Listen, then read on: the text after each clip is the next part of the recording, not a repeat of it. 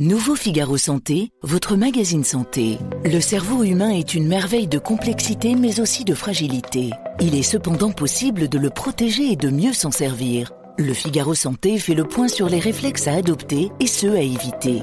Le Figaro Santé, nos solutions pour votre santé. Actuellement chez votre marchand de journaux. Les podcasts du Figaro. La première hypothèse des médecins a été un diagnostic de maltraitance. C'est de la joie pour moi de découvrir que mon enfant est intelligent parce que il a une maladie qui le cloue au lit en permanence, qui le fait souffrir en permanence, qui lui interdit toutes les activités d'un enfant de son âge, et le fait qu'il soit intelligent, ça va lui permettre de faire quelque chose de sa vie. Mon fils, il est très malade, il remplit tous les critères pour en finir et il ne souhaite pas en finir. Ah mais je le redis, je l'affirme haut et fort, nous sommes heureux. Il y a une urgence à changer. On a besoin d'aller à l'autre bout du monde pour nous engager. Et donc de sortir à nouveau de sa zone de confort. Il me semblait qu'il y avait quelque chose d'injuste. C'est un métier qui demande du temps. De l'empathie, c'est dur. C'est dur, mais c'est tellement gratifiant de faire des... À la fois c'est génial et à la fois ça nous terrifie. S'engager, c'est prendre ses responsabilités. Et puis il y avait l'idée aussi de montrer un exemple. Lâche rien, fonce et avance quoi. Bonjour, je suis Aude Cérès et je vous accueille sur le podcast du Figaro qui vous parle d'engagement, de dépassement et de dons. Bienvenue dans ce podcast, bienvenue dans Les Engagés. Dans ce podcast, nous donnons la parole à des hommes et des femmes qui nous aident à voir plus loin. Et parfois, je ne sais pas si cela vous a frappé, l'engagement est à côté de nous, l'engagement n'est pas forcément au bout du monde, il est tout proche. Il est même au sein de notre propre famille, de nos enfants. Notre invité d'aujourd'hui le sait bien et le vit depuis 25 ans. Notre invité d'aujourd'hui se bat depuis 25 ans pour que son fils Thomas ait une vie exceptionnelle malgré son handicap. Thomas Mordan, le fils aîné d'Isabelle et Paul, est chercheur en mathématiques et est porteur d'une forme sévère d'ostréogénose imparfaite, plus couramment appelée maladie des os de verre. Bonjour Isabelle. Bonjour Aude. Isabelle, vous êtes mariée, maman de 2 enfants, Thomas et Pierre. Vous êtes comme votre mari ancien élève de l'école polytechnique et vous avez très tôt après la naissance de votre fils aîné Thomas mis votre carrière en pause afin de vous occuper de lui. Malgré son handicap, Thomas a effectué un parcours scolaire exceptionnel, un baccalauréat scientifique à 14 ans, reçu 22e à l'école normale supérieure de la rue d'Ulm à 16 ans, et il est aujourd'hui docteur en mathématiques. Vous avez publié un livre aux éditions du Cerf absolument magnifique qui s'appelle « Le mystère de la fragilité », préfacé par Cédric Villani qui a rencontré Thomas, et dans lequel vous racontez sans rien cacher et sans misérabilisme le parcours du combattant, de votre famille et de votre fils tout au long de ces années. Alors, Isabelle, j'ai envie de vous poser une première question. L'annonce de cette maladie, de la maladie de Thomas, par le corps médical a été d'une brutalité insensée. Il avait à peine 6 mois, 1 an. Est-ce que vous pouvez nous raconter les premiers mois de Thomas et comment vous avez reçu cette annonce ? Oui, alors en effet, ça s'est passé de manière particulièrement violente. Thomas, c'était un bébé, alors c'était d'abord le plus beau bébé du monde, comme tous les bébés, mais c'était aussi un bébé qui pleurait beaucoup, que je montrais beaucoup aux médecins parce que je m'inquiétais. Et puis, au bout de 6 mois, on lui a diagnostiqué des fractures récentes qui le faisaient souffrir, qui étaient une des raisons pour lesquelles il pleurait, mais aussi des traces de fractures plus anciennes. Alors à l'époque, je ne travaillais pas, je m'occupais de Thomas, il n'y avait personne qui le gardait en dehors de mon mari et moi. Et mon mari et moi ne savions pas expliquer ces fractures. Thomas n'était jamais tombé, il ne s'était pas cogné, nous n'avions évidemment jamais eu le moindre geste violent à son égard. Donc on ne savait pas pourquoi, on était incapable d'expliquer les fractures. Et évidemment, devant ces fractures inexpliquées chez un nourrisson qui ne marchait pas encore, évidemment, qui bougeait à peine tout seul, donc qui ne pouvait pas se laisser faire tout seul, la première hypothèse des médecins a été un diagnostic de maltraitance. Je pense que c'est parfaitement naturel qu'ils aient pensé à ça. Et je suis la première à dire qu'il faut absolument protéger les enfants qui sont maltraités. Je déplore par contre qu'ils n'aient envisagé aucune autre hypothèse et que pendant 6 mois, c'est-à-dire entre l'âge de 6 mois et le premier anniversaire de Thomas, leur seule piste ait été la maltraitance, qu'évidemment mon mari et moi nous nions parce que nous savions que c'était pas ça. Et puis surtout, nous voulions qu'ils cherchent ce qu'avait réellement notre fils, puisque nous on savait que ça ne pouvait pas être de la maltraitance, qu'il y avait forcément une maladie qui expliquait ces fractures. Vous aviez émis cette hypothèse de la maladie des os de verre ? Oui, parce que j'en avais entendu parler, parce que c'est la cause, en dehors de la maltraitance, c'est la cause la plus habituelle de fragilité osseuse qui puisse expliquer les fractures. Il se trouve que Thomas a une forme particulièrement sévère d'ostéogenèse imparfaite, mais aussi une forme très atypique, une forme très rare en fait, qui ne présentait pas les caractéristiques cliniques et physiques qu'ont les bébés qui ont cette maladie. Du coup, les médecins avaient balayé d'un revers de main cette hypothèse. Voilà. Au-delà du fait que c'est très pénible d'être accusé à tort, au-delà du fait que Thomas était sur le point d'être placé, que nous avions perdu tous nos droits parentaux sur lui, nous n'avions même pas accès à son dossier médical, nous étions très inquiets parce que nous étions convaincus qu'il y avait quelque chose, qu'il avait une maladie et que pendant tout ce temps où on nous accusait, on ne cherchait pas la vraie cause de ses fractures et on ne cherchait pas non plus de moyens de le soigner parce qu'à l'époque, nous espérions qu'il y aurait des traitements. Donc finalement, on vous annonce cette maladie dans un couloir entre deux portes, vous le décrivez dans votre livre, ce moment absolument épouvantable et hors du temps où on ne prend même pas la peine de vous recevoir dans un bureau. Ni de nous faire asseoir, ni rien. Il était 9h du soir, Thomas était hospitalisé sous surveillance puisque nous avions encore une fois perdu tous nos droits. J'étais enceinte de mon deuxième enfant, enceinte de quelques semaines. Je promenais Thomas dans mes bras dans le couloir pour essayer de l'apaiser avant le moment où j'allais être obligée de le quitter parce que je n'avais pas le droit de rester avec lui la nuit. Mon mari m'avait rejointe après le travail et effectivement, le médecin qui nous accusait depuis des mois est venu nous voir dans le couloir et sans même nous faire asseoir, sans même nous isoler des autres parents qui étaient dans le couloir, nous a dit que finalement, c'était la maladie des os de verre, que c'était une forme grave parce que s'il se cassait avant même de marcher, c'est que c'était vraiment une forme grave, que c'était une maladie génétique, que mon deuxième enfant risquait d'être porteur aussi, mais qu'il ne pouvait pas nous en dire plus. Et il nous a dit que finalement, nous n'étions plus accusés, c'était la seule bonne nouvelle, et que nous pouvions rentrer chez nous avec notre bébé. Et vous écrivez dans votre livre « Honte à vous, professeur, pour cette indécence et pour ce qui a précédé ». C'est des mots forts, mais je les assume entièrement. Je trouve que c'est indécent, c'est même criminel, voilà, quitte à être très forte. J'avais 26 ans, mon mari en avait 27, c'était notre premier enfant, j'étais inquiète depuis des mois, j'étais enceinte, donc fragilisée aussi par ça. On nous avait, là aussi c'est un mot que j'emploie dans mon livre et que j'assume, on nous avait torturés pendant des mois à nous accuser, à nous interroger ensemble séparément, à fouiller toute notre intimité familiale, à déformer tous nos propos aussi pour essayer d'extirper un aveu qu'ils n'ont jamais eu, bien évidemment, puisqu'il n'y avait rien à avouer. Je trouve que c'est indécent et renvoyer des jeunes parents comme ça d'un revers de main. Mon mari, je l'ai écrit dans mon livre, donc je peux le dire à la radio, des années plus tard, m'a dit on aurait pu se suicider. On n'avait pas le choix, on était obligés de tenir, mais je pense que c'est criminel, oui.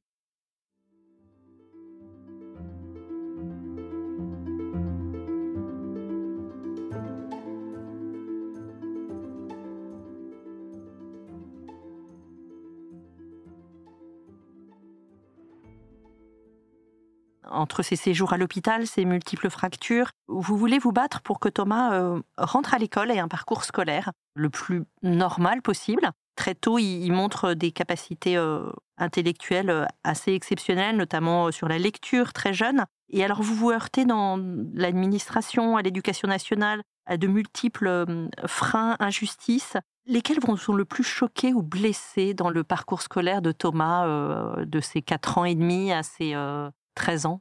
L'histoire scolaire de Thomas, elle a commencé quand il a commencé à aller à l'école, c'est-à-dire en 2002. Il avait 4 ans. C'était avant la loi de 2005. Elle est déjà ancienne et peut-être les choses ont-elles évolué. Je ne peux pas me prononcer sur la façon dont les choses se passent à l'heure actuelle.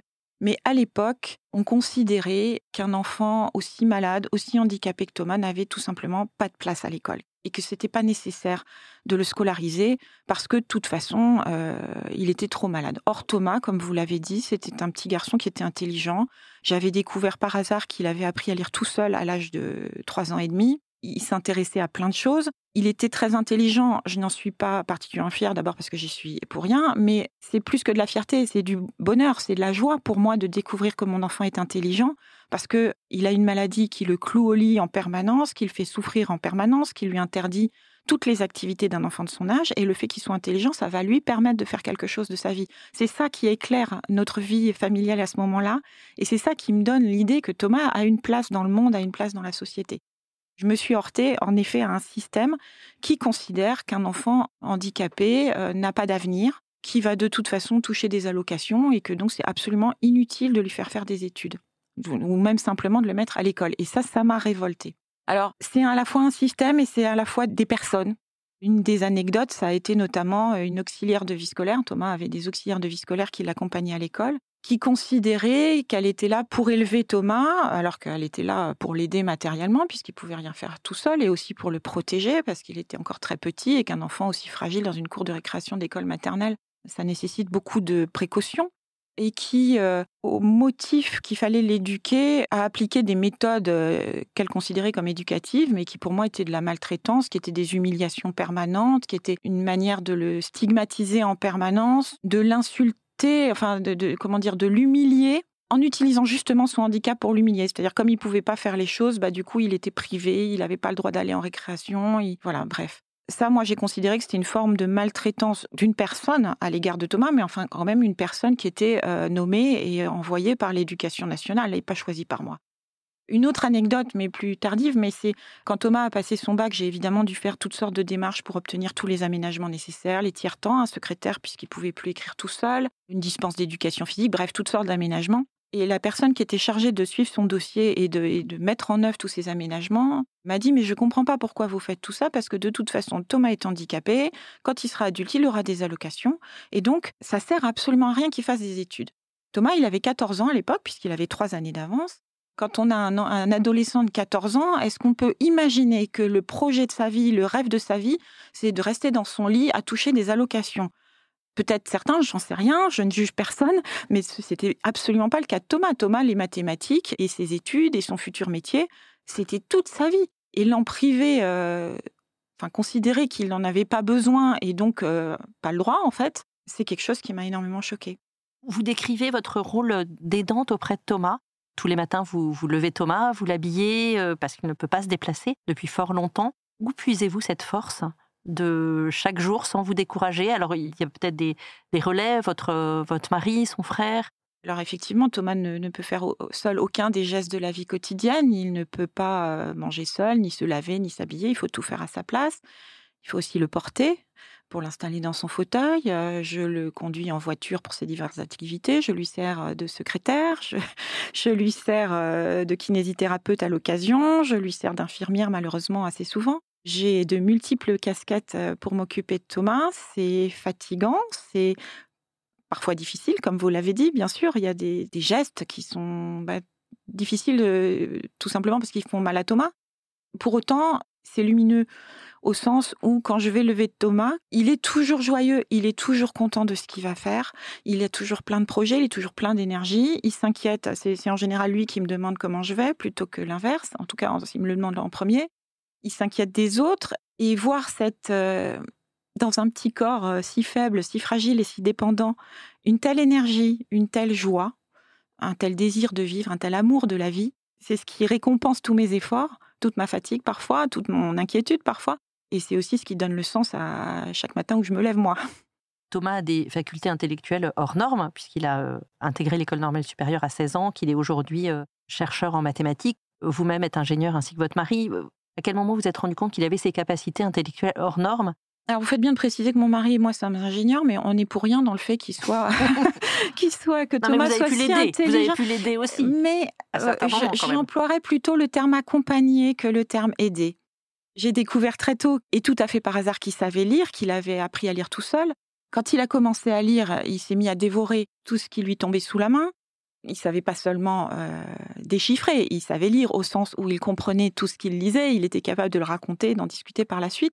J'ai découvert à ce moment-là qu'il s'intéressait en fait à de multiples sujets, pas seulement aux mathématiques. En réalité, Thomas est féru de littérature, il a eu une période où il était passionné par la géographie, il a été passionné par la mythologie, il est extrêmement cultivé en réalité, et il s'est passionné aussi pour les mathématiques.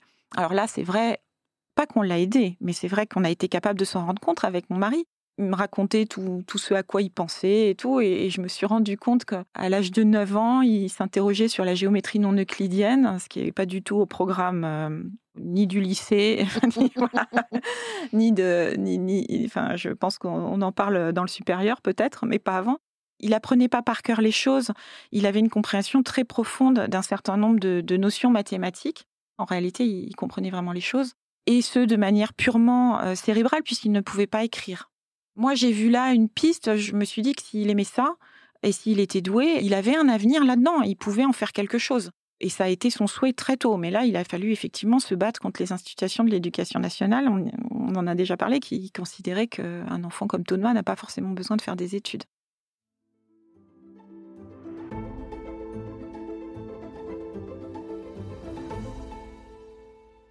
Une fois qu'il est arrivé en classe préparatoire, puis à Ulm, les choses se sont aplanies et le regard porté sur Thomas était très différent. Bien sûr, on s'est heurté aux institutions de l'éducation nationale, pas aux enseignants qui suivaient Thomas eux-mêmes, qui constataient les capacités de Thomas. Et c'est à l'initiative d'enseignants que Thomas a sauté des classes, et les enseignants qui l'avaient comme élève nous soutenaient toujours dans nos démarches. C'est pas contre eux que j'en ai contre l'administration. Et effectivement, quand il est rentré en prépa, les enseignants ont été formidables.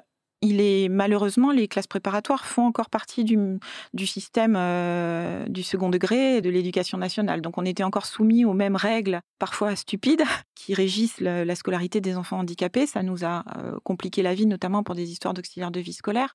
Mais il était effectivement très très bien accueilli, à la fois par ses enseignants, par tous ses camarades, qui reconnaissaient ses qualités intellectuelles, ses qualités humaines aussi, parce que c'est pas seulement un garçon très intelligent, c'est aussi quelqu'un de très gentil, de très amical, de très drôle, manifestement. De très drôle et qui a très envie. Et ça, c'est encore vrai aujourd'hui. Il a 26 ans, il est enseignant-chercheur. C'est quelqu'un qui a à cœur de partager ce qu'il apprend, de le transmettre. Ses camarades l'aidaient en lui donnant leurs notes de cours, mais lui, il a souvent aidé de son côté en réexpliquant certaines notions, en partageant ce qu'il faisait avec ses camarades. Concrètement, comment Thomas travaille-t-il ? Comment a-t-il travaillé au long de sa scolarité et aujourd'hui ? Donc, il ne peut pas écrire, donc il dicte. Il est aidé par quelqu'un qui prend des notes, ou parce que vous l'expliquez pendant le passage des concours, dicter des formules mathématiques, des raisonnements mathématiques, c'est quand même extrêmement compliqué. Tout au long de sa scolarité et de ses études, il a dicté son travail. Ce qui est un très gros effort pour lui en réalité, parce que ça veut dire, quand on dicte par exemple des longs calculs, il faut quand même savoir où on va avant de commencer. C'est-à-dire qu'il faut quand même une réflexion. Donc de tête, il faut deux têtes, dictait, oui, c'est ça. Sans l'aide de, moi, ça m'a frappé, de l'écriture. C'est pas des mathématiques, mais moi, ça m'a frappé un jour où il devait faire une dissertation en français, en première. C'était moi sa secrétaire à ce moment-là. J'étais assise à côté de lui, j'attendais qu'il me dicte. Pendant 1 heure, il ne m'a rien dit. Là. Alors, c'est 4 heures, le temps imparti, avec éventuellement un tiers-temps, mais pendant 1 heure, il n'a rien dit. Donc, je me suis dit, il n'a rien à dire, il sèche. Évidemment, moi, la maman se réveillait un petit peu en moi, derrière la secrétaire, et s'inquiétait un petit peu. Et puis, en fait, au bout d'1 heure, il m'a dicté une dissertation de la première à la dernière ligne. C'est-à-dire qu'il avait fait de tête tout le plan, il avait recensé ses arguments, ses exemples, etc. Et je pense qu'il fait comme ça en mathématiques aussi. Alors, c'est une grosse difficulté parce qu'effectivement, c'est difficile pour lui, mais il faut aussi trouver des secrétaires qui soient capables de prendre sous la dictée des mathématiques. Quand il est rentré à l'école normale supérieure, ce système n'existait absolument plus du tout. Donc, c'est moi qui suis allée avec lui. Je me suis installée avec lui dans une chambre à l'école normale supérieure et je lui ai servi de secrétaire pendant toute sa scolarité jusqu'à la fin du Master 2. C'est là que peut-être que ma formation m'a été un petit peu utile pour noter sous sa dictée des choses parfaitement incompréhensibles, y compris pour moi. Aujourd'hui, dans sa vie professionnelle, il arrive à taper Alors, il n'arrive pas à taper à l'ordinateur, mais sur un clavier d'ordinateur, mais il arrive à taper un petit peu sur un clavier tactile de petite taille, donc sur une tablette en fait. Taper des mathématiques, c'est pas facile non plus, parce que les formules, c'est pas les logiciels auxquels on est habitué. Et puis, il bénéficie de l'aide. Alors moi, j'ai déclaré forfait après le Master 2. Donc, aujourd'hui, dans sa vie professionnelle, il est assisté par des étudiants ou par des doctorants pour taper ses articles de recherche. Il faut quand même des gens de très bon niveau. Donc, c'est des doctorants qui sont volontaires, bien sûr, mais une partie de leur charge d'enseignement est affectée à cette assistance qu'il porte à Thomas. Est-ce que vous pouvez nous rappeler la spécialité de Thomas ? Thomas travaille en géométrie algébrique, donc c'est déjà une spécialité des mathématiques assez pointue. Je peux vous dire le titre de sa thèse, si vous voulez, c'est assez poétique, à défaut de comprendre quelque chose. Sa thèse s'intitule « Auteur de Griffith-Catto, des pinceaux de variété projective ». Merci. Ne me demandez pas de quoi il s'agit. Merci beaucoup Isabelle. On va passer à une autre partie de notre entretien qui concerne, avec votre expérience de maman d'un enfant porteur de handicap, votre vision de la société. Vous l'avez dit tout au long depuis la naissance de Thomas, vous êtes heurté à différents écueils, différentes difficultés, et puis au regard de la société. Est-ce que vous avez l'impression depuis quelques années que le regard de la société a évolué dans le bon sens sur les jeunes, sur les porteurs de handicap, ou est-ce qu'on a encore énormément de chemin à faire ? Les deux. Je pense que ça a évolué dans le bon sens, mais qu'il y a encore beaucoup de chemin à faire et qui je ne sais pas s'il va pouvoir se faire. Je pense que notre société, elle est tiraillée entre d'un côté une volonté d'inclusion des personnes handicapées avec des moyens qui sont mis en œuvre, qui sont colossaux et qui sont réels, hein, et un regard qui a évolué. Disons que certaines choses que j'ai pu entendre quand Thomas était petit, aujourd'hui, elles sont tout simplement illégales. Donc, heureusement, le fait que la loi interdise de dire certaines choses n'empêche pas certaines personnes de les penser, bien sûr. Mais je pense quand même qu'il y a une façon de considérer les personnes handicapées qui a heureusement évolué, mais que ça, c'est contradictoire avec l'image qu'on se fait de la performance, de l'efficacité, de la réussite, du bonheur, qui sont associés à la bonne santé, à l'autonomie, tout ce que Thomas n'a pas, et tout ce que les personnes handicapées n'ont pas. Je pense qu'on a encore tendance à considérer les personnes handicapées au travers de leurs déficiences, puisqu'elles en ont, bien sûr, et non pas au travers de leurs qualités. On ne réalise pas suffisamment, à mon avis, tout ce qu'elles peuvent apporter à la société. Toute la richesse, en fait, qu'elles constituent, soit par leur qualité intrinsèque. Par exemple, Thomas, il est chercheur, il est enseignant, il va certainement apporter, même si j'y comprends rien, des éléments à la science, et il a vocation aussi à transmettre tout ce qu'il découvre et tout ce qu'il sait. Il forme des étudiants, il enseigne aujourd'hui. Donc, il apporte quelque chose, il contribue au monde. Mais même sans que ce soit aussi factuel, moi j'ai réalisé en étant la mère de Thomas que la fragilité en fait nous concerne tous. C'est-à-dire que parfois Thomas il est infiniment fragile au sens propre du terme, il est complètement dépendant, donc on pourrait avoir l'impression qu'il faut le protéger et qu'il est bénéficiaire de nos soins. En réalité, j'ai découvert que moi je suis aussi très fragile dans d'autres domaines, d'une part, et puis que quand on soigne Thomas, on reçoit autant qu'on donne. Et que finalement, la relation qui se crée, elle est riche en elle-même. Parce que vous l'écrivez aussi, et vous pouvez nous le redire, vous dites « nous sommes heureux ». Ah mais je le redis, je l'affirme haut et fort, nous sommes heureux. Et alors ça surprend beaucoup les gens. Ils s'imaginent que c'est une forme d'angélisme ou de déni. Alors le déni, ça j'accepte pas parce que je suis aux premières loges pour constater toutes les difficultés. Donc je peux pas être dans le déni. Nous sommes heureux parce que notre vie, elle est ramenée à l'essentiel. Elle est ramenée à l'essentiel, et l'essentiel, c'est la joie de Thomas. C'est toutes sortes de petites joies quotidiennes que, quand on n'est pas confronté à la difficulté, on a tendance à négliger, à sous-estimer, alors que nous les savourons parce que nous savons qu'elles ne sont pas indues. La richesse, c'est aussi la relation qu'on a avec Thomas.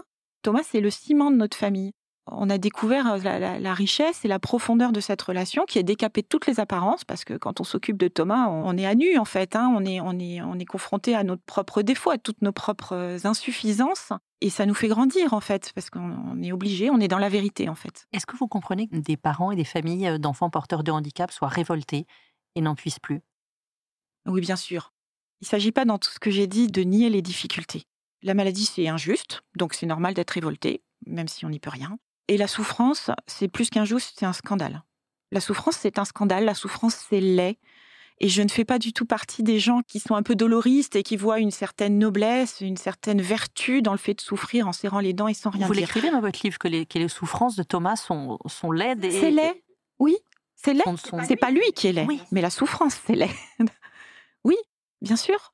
Moi, voir mon fils souffrir, c'est intolérable, c'est révoltant. Je comprends bien que les parents soient révoltés, mais je le suis moi-même.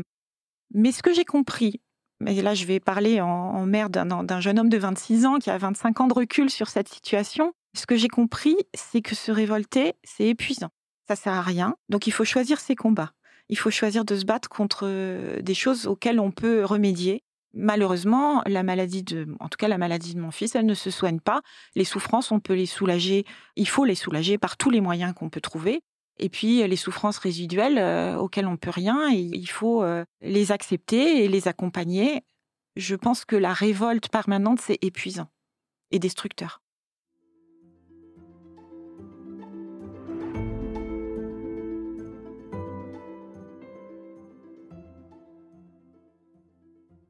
Il y a pour vous de saines révoltes également, et vous êtes exprimé dans des tribunes autour du projet de loi sur la fin de vie, comme d'autres familles de jeunes porteurs de handicap. Pourquoi participer à ce débat ? Parce que je constate que même si le regard de la société a évolué, même si l'inclusion, donc j'emploie toujours des guillemets parce que je trouve qu'on n'inclut pas les personnes handicapées, elles font partie de la société. Mais bon, il se trouve qu'on considère encore qu'il faut les inclure. On fait des gros progrès, mais qu'il y a encore beaucoup de chemin à faire. Je suis bien obligée de constater le délabrement de notre système de santé.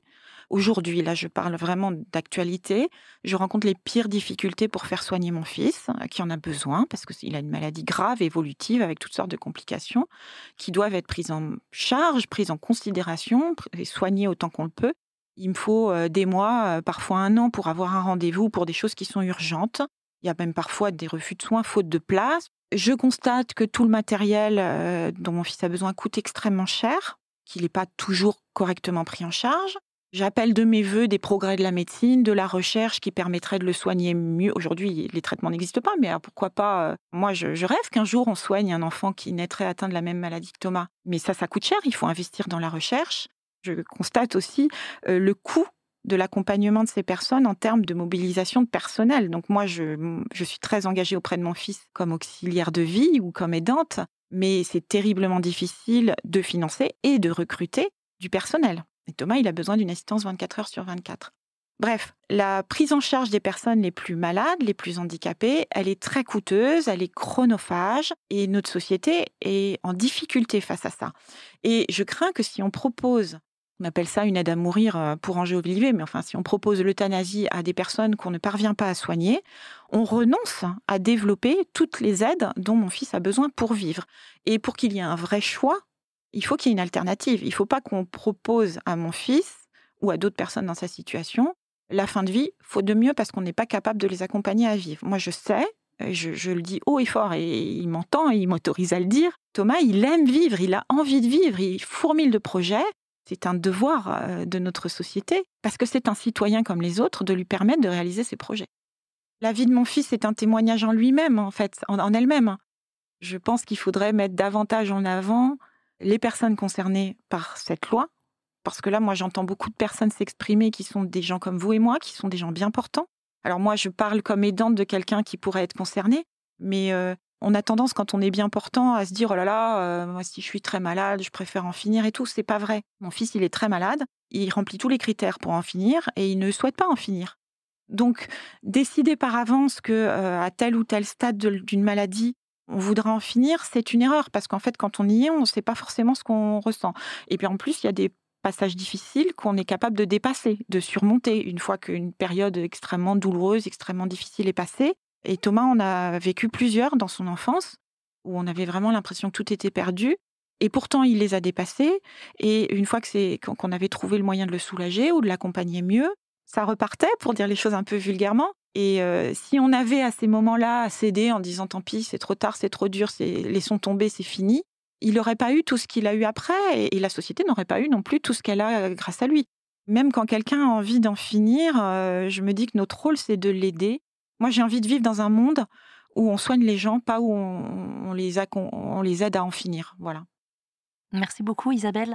J'en viens à la question rituelle des engagés. Si vous étiez à ma place, quel engagé inviteriez-vous ? Alors moi, je crois beaucoup à l'engagement par l'exemple. Il y a des personnes qui incarnent, en fait, au sens littéral, la cause qu'elles défendent, une cause que parfois elles n'ont pas choisie. Je vous suggérerais volontiers d'inviter une jeune femme qui s'appelle Agathe Barrois, qui est porteuse d'un handicap extrêmement lourd comme mon fils, pas le même, mais une sévérité comparable, et qui est aujourd'hui étudiante à l'École normale supérieure et qui passe l'agrégation de lettres classiques ces jours-ci. D'ailleurs, je lui adresse tous mes vœux. Je pense qu'une personne comme elle, de manière extrêmement discrète, témoigne, au sens le plus noble du terme, témoigne de la beauté de la vie et de l'amour qu'on peut et qu'on doit, je crois, lui porter. Merci beaucoup, Isabelle Mordant. Merci, Aude. Je rappelle que vous êtes la mère de Thomas Mordant, mathématicien et atteint d'une maladie très grave. Vous avez écrit un livre aux éditions du Cerf qui s'appelle « Mystère de la fragilité ». Merci à tous d'avoir écouté ce podcast. Si cet épisode vous a plu, n'hésitez pas à vous abonner pour ne pas rater les suivants. À bientôt. Nouveau Figaro Santé, votre magazine santé. Le cerveau humain est une merveille de complexité mais aussi de fragilité. Il est cependant possible de le protéger et de mieux s'en servir. Le Figaro Santé fait le point sur les réflexes à adopter et ceux à éviter. Le Figaro Santé, nos solutions pour votre santé. Actuellement chez votre marchand de journaux.